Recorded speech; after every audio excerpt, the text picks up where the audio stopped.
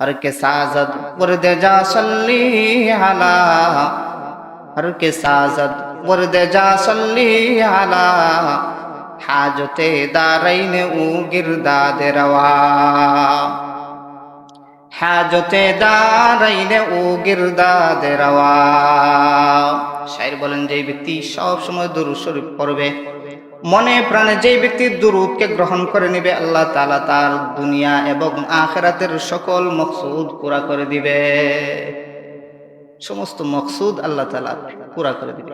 প্রত্যেকটা মানুষের জীবনের মধ্যে তালাশ করলে দেখা যায় কোনো না কোনো বিপদ আছে, কোনো দুঃখ আছে, কোনো পেরেশানি আছে,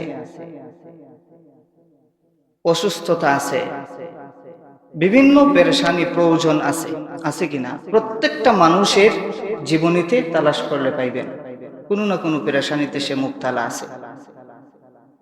এই যে আমাদের পেরেশানি, আমাদের দুঃখ দুর্দশা কষ্ট, আমাদের প্রয়োজন, এই প্রয়োজন মেটানোর একটা পদ্ধতি আছে, এই প্রয়োজন এই পেরেশানি দূর করার একটা উপায় আছে। কিভাবে পেরেশানি দূর করতে হয়, কিভাবে দুঃখ দুর্দশা দূর করতে হয়, এর একটা উপায় আছে। আপনারা যদি গুরুত্ব সহকারে মনোযোগ সহকারে শুনেন তাইলে এই উপায়টা আপনাদের সামনে উপস্থাপন করব ইনশাআল্লাহ। আমার দাদা উস্তাদ শাইখুল ইসলাম মুফতি তাকি উসমানী হাফিজাহুল্লাহ, উনি উনার একটা কিতাবে লিখেন, উনি বলতেছেন যে আমার শাইখ ডক্টর আব্দুল হাই রহমতুল্লাহি আলাইহি উঁচু মাপের একজন আলেম ছিলেন, বুজুর্গ ছিলেন ডক্টর আব্দুল হাই রহমতুল্লাহি আলাইহি। তো শাইখুল ইসলাম মুফতি তাকি উসমানী দামাত বারকাতুহুম বলেন, আমার শাইখ ডক্টর আব্দুল হাই রহমতুল্লাহি আলাইহি উনি একদিন বলেছেন যে মানুষের জীবনে দুঃখ কষ্ট পেরেশানি প্রয়োজন থাকে। মানুষ যখন পেরেশানিতে পড়ে, মানুষ যখন দুঃখের মধ্যে পড়ে, কষ্টের মধ্যে পড়ে, তো দুঃখ দুর্দশায় পড়ার পরে, প্রয়োজনে মুবতালা হওয়ার পরে, আক্রান্ত হলে মানুষ আল্লাহর কাছে চায় কিনা? অসুস্থ হলে আল্লাহর কথা খুব স্মরণ হয় কিনা? পেরেশানিতে পড়লে আল্লাহর কথা খুব স্মরণ হয়, আল্লাহর কাছে চায়, আল্লাহকে ডাকে। তো ডক্টর আব্দুল হাই রহমতুল্লাহি আলাইহি বলেন, মানুষ তখন আল্লাহর কাছে চায় যখন সে দুঃখের মধ্যে পড়ে, যখন সে কষ্টের মধ্যে পড়ে, তখন আল্লাহর কাছে চায়। কোনো প্রয়োজন হলে সে আল্লাহর কাছে চায় কিনা? চায়। তো সে তো মানুষ আল্লাহর কাছে চাইতে হবে, আল্লাহর কাছে কি চাইতে হবে? আল্লাহ তুমি আমার এই পেরেশানি দূর করে দিয়ে দেও, আমার প্রয়োজন মিটিয়ে দেও, এভাবে চাইতে হয়। উনি বলেন, আমি একটা পদ্ধতির কথা বলবো, একটা তরিকার কথা বলবো, যেই পদ্ধতি অবলম্বন করে আল্লাহর কাছে চাইলে আল্লাহ তাআলা বান্দার সমস্ত দুঃখ দুর্দশা পেরেশানি প্রয়োজন মিটাইয়া দিবে। সুবহানাল্লাহ। আপনারা শুনতে রাজি আছেন তো? ডক্টর আব্দুল হাই রহমতুল্লাহি আলাইহি বলেন, মানুষ দুঃখ দুর্দশায় পেরেশানির মধ্যে পড়লে আল্লাহর কাছে চায়। মানুষ যখন দুঃখ দুর্দশার মধ্যে পড়বে, মুবতালা হওয়ার পরে, প্রয়োজনের মধ্যে পড়লে, মানুষের কোনো জিনিসের প্রয়োজন হলে পড়ে, সে আল্লাহর কাছে চায়।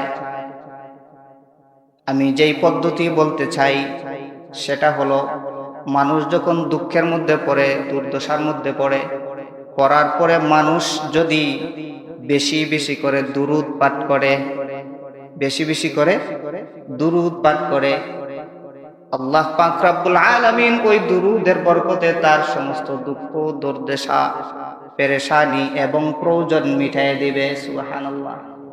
সমস্ত প্রয়োজন বান্দা আল্লাহ তাআলা পূরণ করে দিবে। আমল করতে হবে কি? দুরূদের আমল। কি করতে হবে? দুরূদের আমল করতে হবে, বেশি বেশি করে প্রচুর পরিমাণ দুরূদ পড়তে হবে। বান্দা দুরূদ পড়লে আল্লাহ তাআলা কি করে? বান্দার দুঃখ দুর্দশা পেরেশানি মিটাইয়া দেয়। এই মর্মে হাদিস থেকে একটা ঘটনা আপনাদেরকে শোনাই।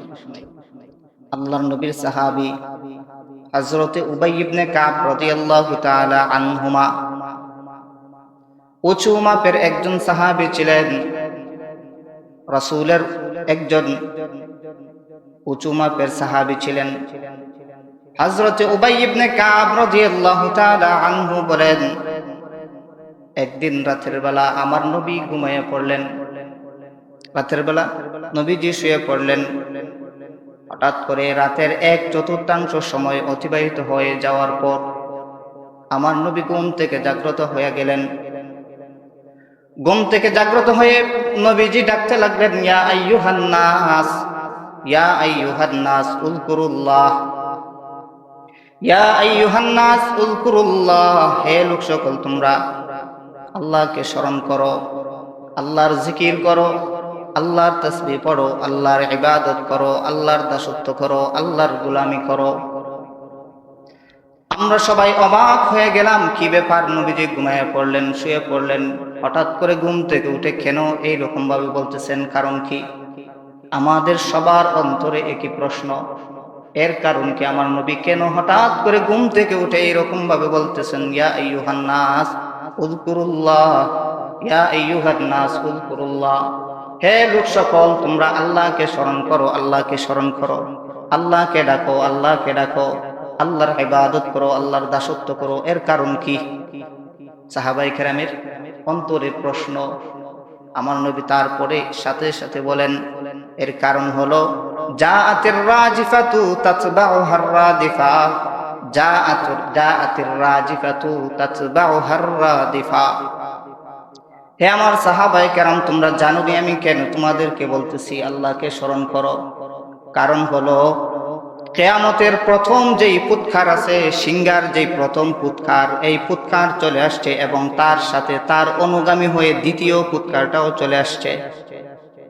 আল্লাহর নবী দুইবার বললেন, কিয়ামতের প্রথম ফুৎকার চলে এসে গেছে এবং দ্বিতীয় ফুৎকারও তার অনুগামী হয়ে চলে আসছে। এই জন্য তোমরা আল্লাহকে স্মরণ করো, আল্লাহকে ডাকো। তারপরে আবার আল্লাহর নবী বলেন, আরেকটা কারণ হলো যা আল মাউতু, যা আল মাউতু বিমা ফিহি, যা আল মাউতু বিমা ফিহি। হে আমার সাহাবায়ে কেরাম, কেন তোমাদেরকে কেন বললাম আল্লাহকে ডাকার জন্য, জানুনি? এর কারণ হলো প্রত্যেকটা মানুষের মৃত্যু তার তিক্ততা নিয়ে চলে আসছে। প্রত্যেকটা মানুষের মৃত্যু তার তিক্ততা নিয়ে চলে আসছে। এর মানে হলো মৃত্যু আসলে শান্তি হয়, মানুষের আরাম হয়? আরাম হয় না। মৃত্যুর এত কষ্ট, এত যন্ত্রণা। মানুষের যখন মউত আসে, তখন ভালো মানুষ যদি হয়, আল্লাহর খাঁটি বান্দা যদি হয়, তাইলে তার জানটা বের হবে একদম একটা বেলুনের ভিতরে বাতাস ঢুকানোর পর। এই বেলুনের ভিতর থেকে বাতাস যেইভাবে বের হয় সহজে, ঠিক তেমনি ভাবে বের হয়ে যাবে সহজে। কিন্তু যদি বান্দা গুনাহগার হয়, তাইলে বান্দার এত কষ্ট হবে, এত কষ্ট হবে, তার জানটাকে ফেরেশতারা বের করার সময় খামচা দিয়ে টেনে হেসড়ে বের করবে, টেনে হেসড়ে বের করবে, বের হইতে চাইবে না, ভেতর থেকে বের হইতে চাইবে না। একবার যাবে বাম পায়ের বড়ি আঙ্গুলে, আবার যাবে ডান পায়ের বড়ি আঙ্গুলে, আবার যাবে হাতে, আবার যাবে ডান হাতে, বাম হাতে, এইভাবে ঘোরাফেরা করতে থাকবে। ফেরেশতারা ঠানবে, এই জান আর আসতে চাইবে না, জান আসতে চাইবে না। এত কষ্ট হবে বেরোতে। মৃত্যু যার আসবে, তার এই মৃত্যু আসাটা মিষ্টির ব্যাপার না, তিক্ততার ব্যাপার। এই জন্য আল্লাহ নবী বলেন, যা আল মাউতু বিমা ফিহি, যা আল মাউতু বিমা ফিহি। প্রত্যেকটা মানুষের মৃত্যু তার তিক্ততা নিয়ে আসছে, প্রত্যেকটা মানুষের মৃত্যু তার তিক্ততা নিয়ে আসছে। এই জন্য আমার সাহাবায়ে কেরাম রে, আমার সাহাবায়ে কেরাম রে, তোমরা আল্লাহকে স্মরণ করো, আল্লাহকে ডাকো। এখনো সময় আছে, এখনো সময় আছে। তোমরা আল্লাহকে ডাকো, আল্লাহকে স্মরণ করো, আল্লাহর ইবাদত করো, আল্লাহর দাসত্ব করো, গোলামি করো, বন্দেগী করো। হযরত উবাই ইবনে কাব রাদিয়াল্লাহু তাআলা আনহু বলেন, যখন আমার নবী এই কথা বলে শেষ করলেন, তখন আমি নবীজিকে প্রশ্ন করলাম, ইয়া রাসূলুল্লাহ, ইয়া হাবিবাল্লাহ, ওগো নবীজি ইন্নী উকসিরুস সালাতা আলাইকা, ওগো নবী আমি আপনার উপর অধিক হারে অধিক পরিমাণে দুরূদ শরীফ পাঠ করি, সব সময় আপনার উপর আমি দুরূদ শরীফ পাঠ করি। ইয়া রাসূলুল্লাহ ইয়া হাবিবাল্লাহ ফাকাম আজআলু লাকা মিন সালাতি, ওগো নবীজি আমি যখন দোয়া করি আল্লাহর কাছে, দোয়ার জন্য যখন হাত উঠাই তখন আমার দোয়ার মুহূর্তে আমি কত সময় আপনার উপর দুরূদ পড়ব, দোয়া করার সময় আমি কতটুকু সময় আপনার জন্য দুরূদের, আপনার উপর দুরূদের জন্য আমি রাখব। আল্লাহ নবীকে প্রশ্ন করছেন, ইয়া রাসূলুল্লাহ ইয়া হাবিবাল্লাহ আমি যখন হাত উঠাইয়া দোয়া করি তখন আমার দোয়ার মধ্যখানে আমি কতবার আপনার উপর দুরূদ পড়ব, কত সময় আপনার উপর দুরূদ পড়ব?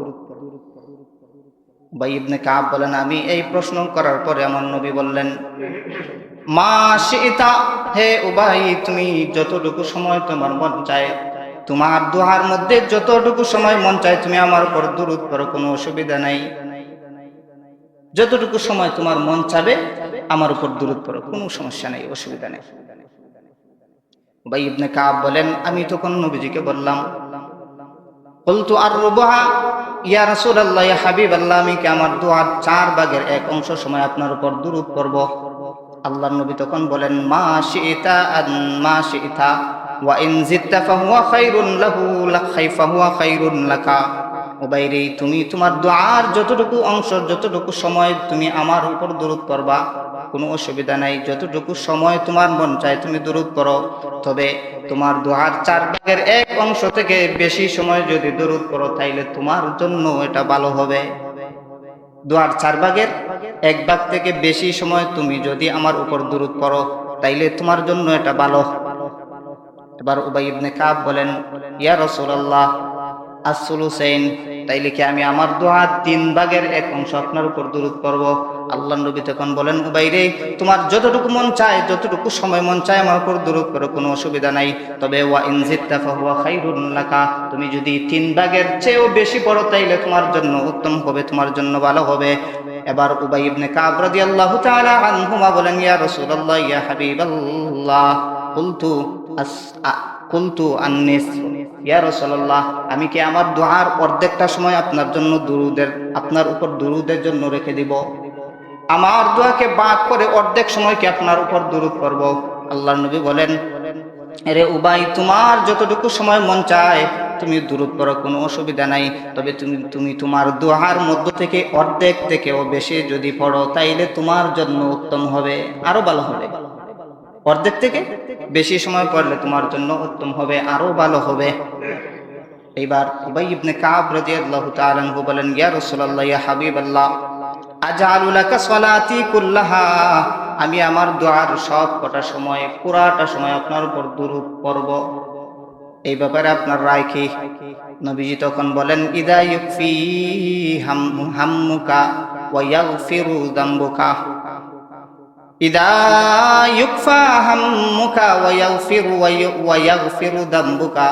বাইরে তুমি তোমার দোয়ার সব কটা সময় যদি আমার উপর দুরূদ পাঠ করো তাইলে আল্লাহ তাআলা ওই দুরূদটাকে তোমার সমস্ত পেরেশানির জন্য যথেষ্ট বানিয়ে দিবে এবং তোমার সমস্ত গুনাহকে আল্লাহ তাআলা ক্ষমা করে দিবে, মাফ করে দিবে। সুবহানাল্লাহ। আরেক হাদিসের মধ্যে আছে, মুসনাদে আহমদ ইবনে হাম্বলের হাদিসের মধ্যে আসছে, এই কথা বলার পরে আল্লাহর নবী এতটুকু বলার পরে যখন উবাই ইবনে কাব বললেন, আমি আমার দোয়ার সব কটা সময় আপনার উপর দুরূদ পড়তে চাই, আরেক বর্ণনায় আছে আরেক সাহাবী জনৈক সাহাবী বলেন, ইয়া রাসূলুল্লাহ ইয়া হাবিবাল্লাহ আরাআইতা ইন জাহালতু সালাতি কুল্লাহা আলাইকা, তখন নবীজি আমি আমার দোয়ার সব কটা সময় আপনার উপর দুরূদ পড়ব, এই ব্যাপারে আপনার মতামত কি, আপনার কথা কি? আল্লাহর নবী তখন বলেন, ইদা ইউকফিকাল্লাহু তাবারাকা ওয়া তাআলা মা আহাম্মাকা মিন দুনিয়াকা ওয়া আখিরাতিকা।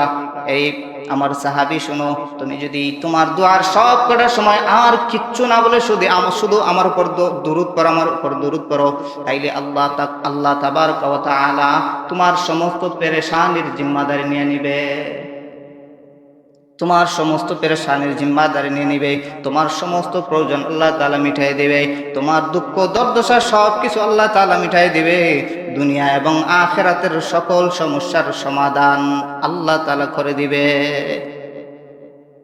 দুনিয়া এবং আখিরাতের সকল সমস্যার সমাধান আল্লাহ তাআলা করে দিবে। আমাদেরকে কি করতে হবে? দুরূদ পাঠ করতে হবে। বলেন না, কি করতে হবে? দুরূদ পাঠ করতে হবে।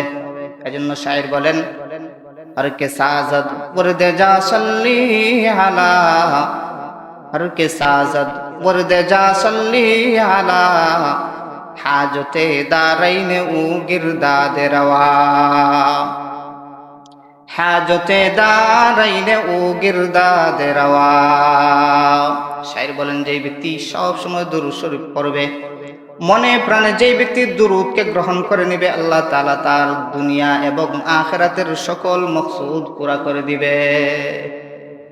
সমস্ত মকসুদ আল্লাহ তাআলা পুরা করে দিবে।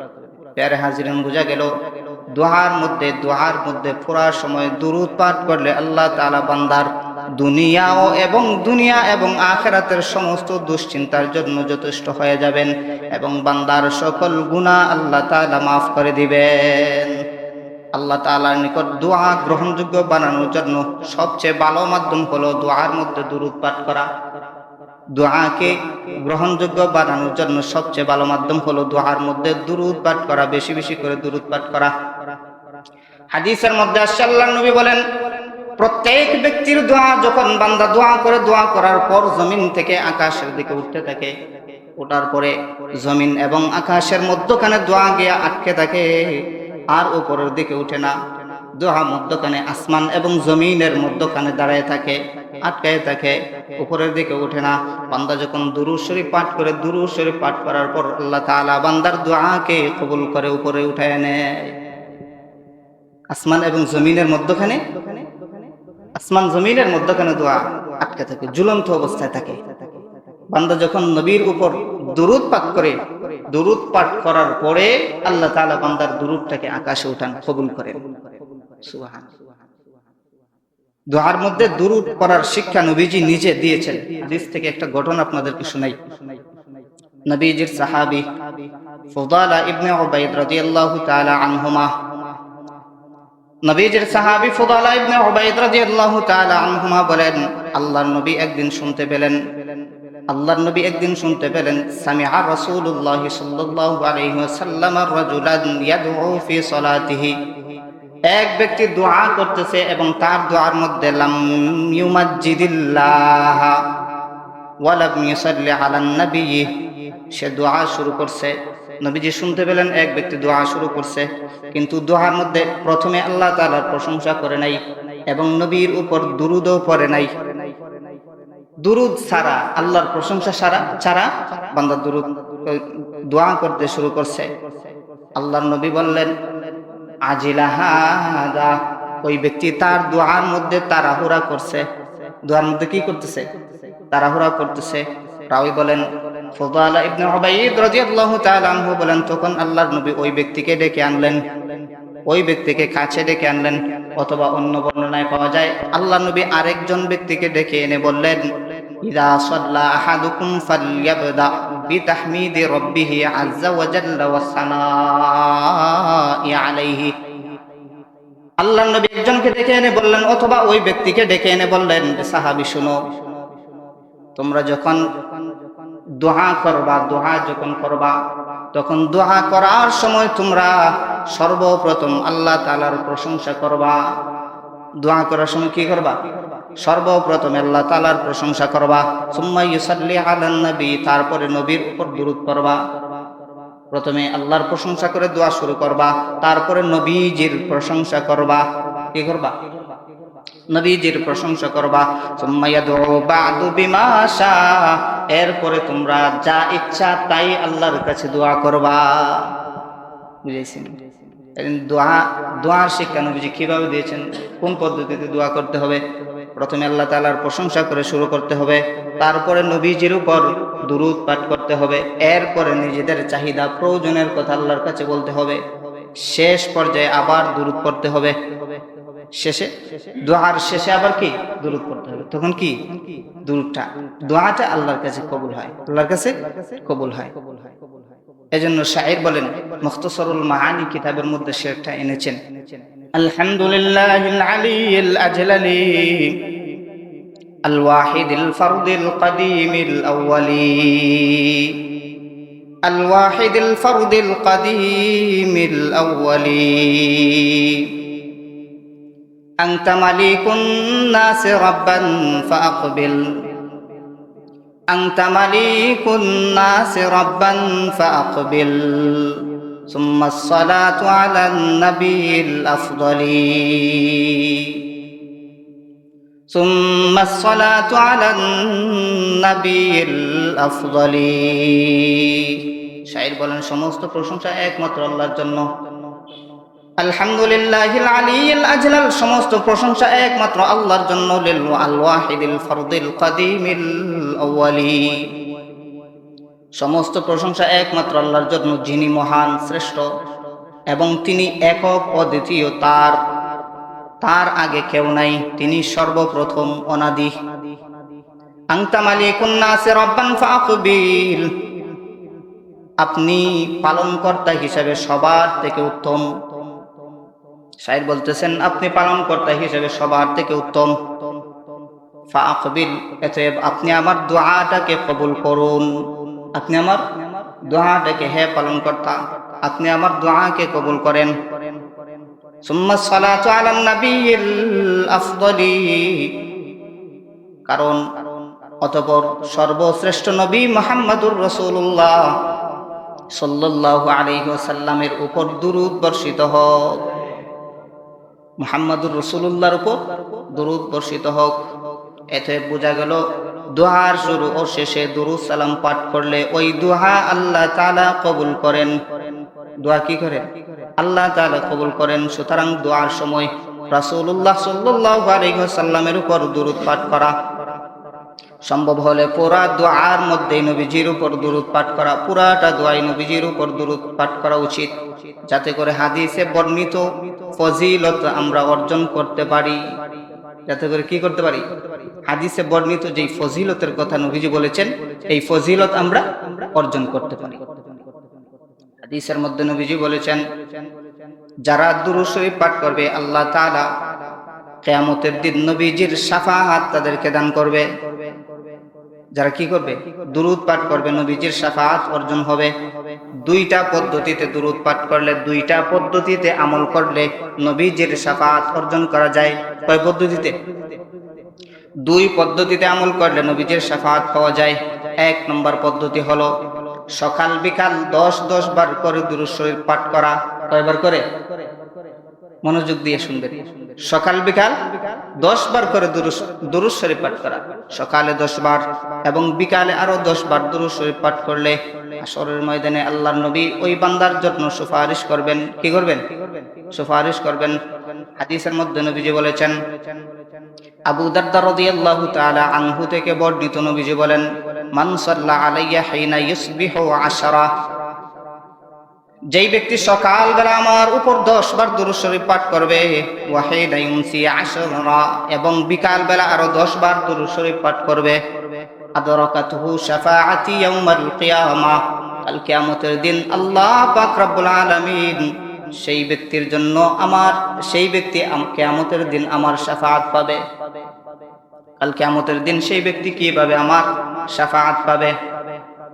নবীজির শাফাআত পাওয়া যাবে হাশরের ময়দানে। নবীজি ওই ব্যক্তির জন্য কি করবেন? শাফাআত করবেন। আমল কি করতে হবে? বেশি কঠিন আমল। সকালে 10 বার এবং বিকালে 10 বার আল্লাহর নবীর উপর দুরূদ পাঠ করতে হবে। সকালে 10 বার এবং বিকালে 10 বার। আরেকটা পদ্ধতি হলো, দিনে কয়বার আজান হয়? 5 বার। কয়বার? 5 বার আজান হয়। এই আজানের শেষে একটা দোয়ার কথা নবীজি বলেছেন, দোয়া শিখাইছেন।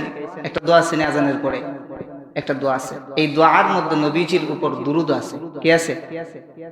দুরূদ আছে। বুখারী শরীফের হাদিস, আল্লাহর নবী বলেন, আন জাবির ইবনে আব্দুল্লাহ রাদিয়াল্লাহু তাআলা আনহুমা আন্না রাসূলুল্লাহ সাল্লাল্লাহু আলাইহি ওয়াসাল্লাম قال জাবির ইবনে আব্দুল্লাহ রাদিয়াল্লাহু তাআলা আনহুমা থেকে বর্ণিত, আল্লাহর নবী বলেন, মান ক্বালা হিনা ইয়াসমাউন নিদা,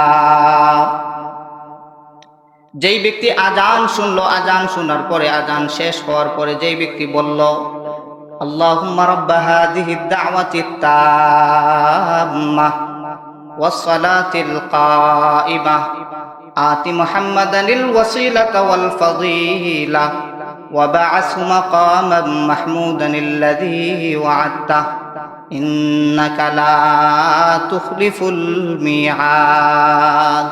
এই দোয়াটা আছে নি? এই দোয়া পড়লে আল্লাহর নবী বলেন, এই দোয়া যখন প্রত্যেক আযানের পরে আমার কোন উম্মত পড়বে, হাল্লাত লাহু শাফাআতি ইয়াউমাল কিয়ামাহ, কাল কিয়ামতের দিন আমি ওই উম্মতের জন্য শাফাআত করব, সুপারিশ করব। হাশরের ময়দানে আমি ওই উম্মতের জন্য কি করব? সুপারিশ করব। আমরা নবীজির সুপারিশ লাভ করতে চাই কি না? সবাই চাই। এই জন্য আমরা কি করব? দুইটা আমল করব, দুই পদ্ধতিতে। একটা হইল 5 ওয়াক্ত আজানের পর, আজান শেষ হওয়ার পর এই দোয়াটা আমরা করব, এই দোয়াটা করব।